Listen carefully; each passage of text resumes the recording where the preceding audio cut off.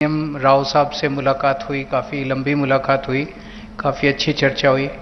सबसे पहले मैं राव साहब का हमारी पूरी टीम की तरफ से बहुत बहुत शुक्रिया अदा करना चाहता हूं कि उन्होंने हमें हमारे साथ टाइम निकाल के मुलाकात की और इतना प्यार और सम्मान हम लोगों को दिया। I am all of us are very very very grateful to him.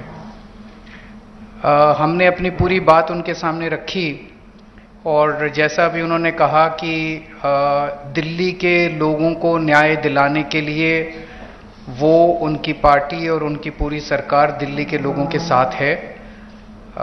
ये बात केवल दिल्ली की नहीं है, ये बात देश के जनतंत्र को बचाने की है। जो अध्यादेश पारित किया गया है वो देश के जनतंत्र के खिलाफ है, संविधान के खिलाफ है। सो उनकी सपोर्ट से हमें बहुत ताकत मिली है और हम इस सपोर्ट के लिए मैं पूरे दिल्ली के लोगों की तरफ से उनका तहे दिल से शुक्रिया अदा करना चाहता हूं। हमारी सरकार दिल्ली में पहली बार जब 2015 में बनी थी, फरवरी 2015 में दिल्ली में हमारी सरकार बनी थी। फरवरी 2015 में सरकार बनी और 23 मई को, मात्र 3 महीने के बाद, मोदी सरकार ने एक नोटिफिकेशन लाके हमारी सारी पावर छीन ली 3 महीने में। तो अब ब्यूरोक्रेसी के ऊपर, पहले हमारे से पहले शीला दीक्षित जी की सरकार थी। शीला दीक्षित जी का पूरा कंट्रोल था ब्यूरोक्रेसी के ऊपर, transfer, posting, disciplinary action, creation of new posts. So जितने सर्विस रिलेटेड मैटर्स हैं, शीला दीक्षित जी का पूरा कंट्रोल था। हमारी सरकार आने के बाद 23 मई 2015 को उन्होंने नोटिफिकेशन लाके ये सारी पावर छीन ली। तो as a chief minister of Delhi I can not even transfer post, education secretary, health secretary, deputy secretary, मैं कुछ नहीं कर सकता।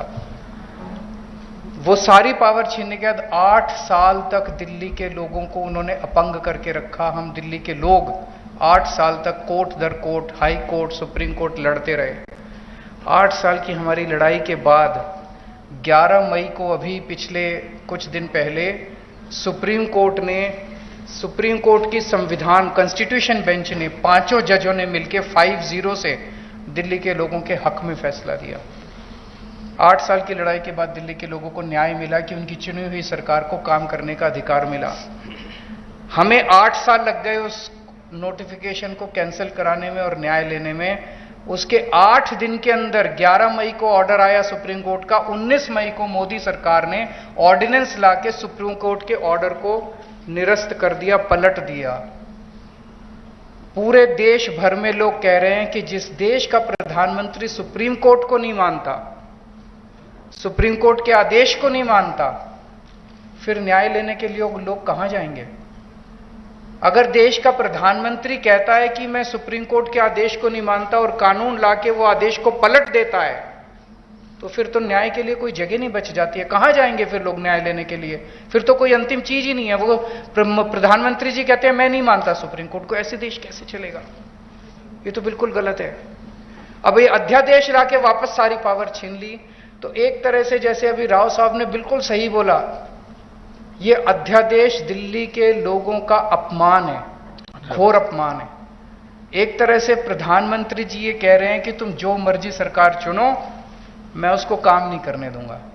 तो दिल्ली के लोगों को चैलेंज कर रहे हैं प्रधानमंत्री मोदी जी कि मैं, तुम जो मर्जी सरकार चुनोगे, मैं काम नहीं करने दूंगा। और ये बात केवल दिल्ली के लोगों की नहीं है, पूरे देश में हम लोग देख रहे हैं कि अगर किसी राज्य के अंदर लोग नॉन बीजेपी गवर्नमेंट बना देते हैं तो उसको काम नहीं करने देते। या तो 3 तरीके अपनाते हैं, या तो वहां पे एमएलए खरीद लेते हैं दूसरी पार्टी के, सरकार गिरा देते हैं। कितना हमने देखा, कितनी जगह पे देखा, एमएलए खरीद के सरकार गिरा देते हैं। या एमएलए तोड़ लेते हैं, ईडी भेज के, सीबीआई भेज के, डरा के एमएलए तोड़ लेते हैं, सरकार गिरा देते हैं। या फिर ऑर्डिनेंस ले आते हैं गवर्नर के जरिए, गवर्नर का गलत इस्तेमाल करके सरकार को तंग करते हैं। जैसे आप लोगों के गवर्नर आपके बिल नहीं पास होने देते, काम नहीं करने देते उन लोगों को। तो इस तरह से मैसेज ये है कि अगर कोई भी राज्य के लोग नॉन बीजेपी सरकार बनाएंगे तो हम उसको काम नहीं करने देंगे, सरकार तोड़ देंगे। ऐसे देश नहीं चल सकता। ये तो बहुत खतरनाक स्थिति है पूरे देश के सामने। मैं जो पूरे देश भर में घूम रहा हूं समर्थन मांगते हुए, मैं केवल अपने लिए समर्थन नहीं मांग रहा, मैं देश के संविधान के लिए और देश के जनतंत्र के लिए समर्थन मांग रहा हूं। हमारे जो स्वतंत्रता सेनानियों ने लड़ाई लड़ी थी, वो ऐसे भारत के लिए लड़ाई थोड़ी लड़ी थी कि एक पार्टी आएगी सेंटर के अंदर, वो पार्टी बस एक ही पार्टी का पूरे देश के अंदर राज होगा। जिस तरह से आज इन्होंने माहौल बनाया हुआ है, फिर तो एक प्रधानमंत्री और 31 गवर्नर बस वो चला लें इस देश को, फिर मुख्यमंत्री बनाने की क्या जरूरत है, फिर चुनाव लड़ने की करने की क्या जरूरत है, फिर तो ये तानाशाही होगी। इस तानाशाही के खिलाफ हम लोग लड़ रहे हैं। राज्यसभा के अंदर जब ये बिल आएगा, राज्यसभा के अंदर बीजेपी के पास मेजॉरिटी नहीं है। बीजेपी के out of 238 MPs, BJP has only 93 MPs. BJP के पास मेजॉरिटी नहीं है। मैं फिर से शुक्रिया अदा करता हूं राव साहब का। अगर हम सब लोग नॉन बीजेपी पार्टीज इकट्ठे हो गए तो इस बिल को हम राज्यसभा के अंदर गिरा सकते हैं। और अगर ये बिल गिर जाता है तो पूरे देश के लोगों को विश्वास हो जाएगा कि 2024 के अंदर मोदी सरकार वापस नहीं आ रही है। ये इसका सेमीफाइनल होगा 2024 का। ये कॉन्फिडेंस देगा पूरे देश के लोगों को कि मोदी जी को हराया जा सकता है।